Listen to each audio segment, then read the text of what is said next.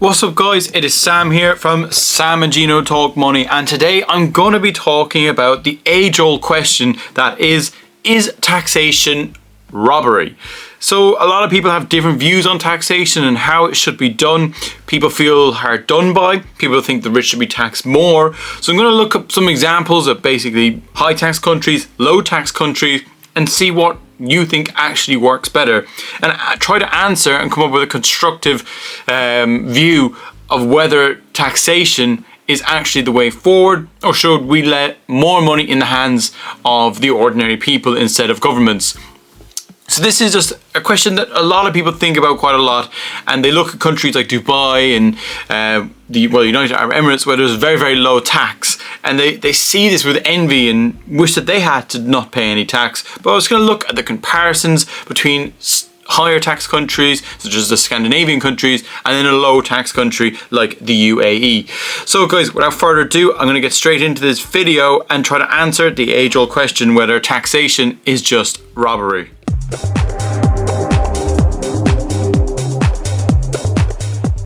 So guys, the question of whether taxation is robbery is just basically a matter of perspective and can vary among different individuals.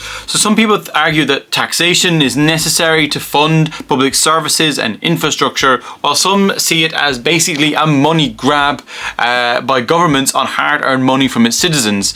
So we're going to explore basically the taxation policies and the no taxation scenarios, and just give an example of these countries and how they operate. So basically, in the pro-taxation scenario, you have taxes that are deemed essential to fund basic stuff like public goods, services. Governments use it to finance like infrastructure, development, healthcare systems, education, defense systems, and social welfare programs.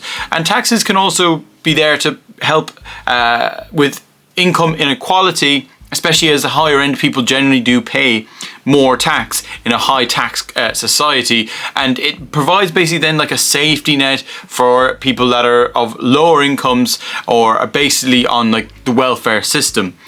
So a good example of like a high tax country is Sweden. So Sweden is often cited as basically one of the highest tax countries in the world, and it has a very progressive tax system with high tax rates for higher individuals. So, but this tax revenue is basically then used for comprehensive welfare benefits, universal healthcare, free education, and robust social programs. The country is ranked extremely high in terms of healthcare, education, and basic quality of life as well. So when you look at this, there's a lot of pros because they're paying so much money, they can afford to spend a lot of money on the basic needs of the population, and this looks like a very, very positive situation. But then you'd wonder, are you going to drive high income earners away because their tax burden is so high? So that is something you have to think about in this situation. So now as we go to the no taxation scenario, like a no taxation is basically an absenteeism of government imposed taxes. Like in this scenario, like individuals are responsible for financing all of public goods and services that are directly funded to them by private entities. So in absence of taxations, you basically have to return income and freedom to the resources as you kind of see fit. So individuals are way more responsible for their own well-being than they would be in a high tax scenario. So just an example, as I mentioned at the start of the video, a low tax country is the United Arab Emirates, and it's basically cited from people all over the world as being the lowest tax because they don't charge anyone any income tax at all, because it gets its revenue from different sources such as oil exports and also from corporation tax, which is also very, very low. So with the absence of personal income tax, it can attract a lot of business, a lot of individuals, high net worth individuals, and it means that public funding services generally are run like a business. So it's kind of like the UAE, they export a lot of oil, they fund most of the infrastructure from this export, so it's run more like a business than say a state that is looking after its citizens, so to speak, like Sweden would be, by providing everything for free, because they pay such high tax. So when you're looking at then to compare a high tax country to a low tax country, like high tax countries often offer, like as I said, the massive robust social welfare systems. They have strong infrastructure, strong quality of public services, and citizens basically always nearly do have universal healthcare. So their education and social safety nets are also there, but this does put a high burden of tax on the high net worth individuals, and this could potentially like hinder economic growth as they leave, or people aren't motivated to earn more money because it just kind of gets taken away by the government. So it can kind of be counterproductive, and it kind of nearly discourages entrepreneurship in some cases, in some countries. It does kind of hinder these sort of things.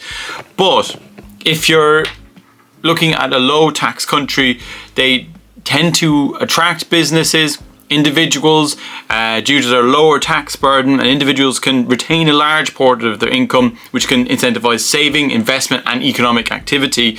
But then they're relying on the scope and the quality of the public services and the infrastructure that are provided by the government, which may not be that good. Especially, but you're looking at like the United Arab Emirates, we know they have good infrastructure, good quality of life in these areas.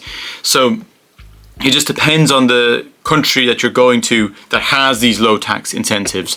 So there's a lot of pros and cons here between the two kind of systems, and it just kind of depends on the person that you are and what you think is the best way to go about stuff. But yeah, so these policies don't work in every country depending on where you are. Especially in Europe, they kind of have a lot of stuff that's focusing on these things. A lot of high tax countries compared even to the United States and to a lot of these oil countries and stuff as well. So guys, look, I hope you kind of had a bit of information here what the difference is between low tax and high tax countries, and come to the conclusion that it's not either robbery in either way, because there's pros and cons, and you need to weigh it up in your own mind whether you think this is something that is a positive thing. So guys, thanks for watching the video, and I will see you in the next one. Bye bye.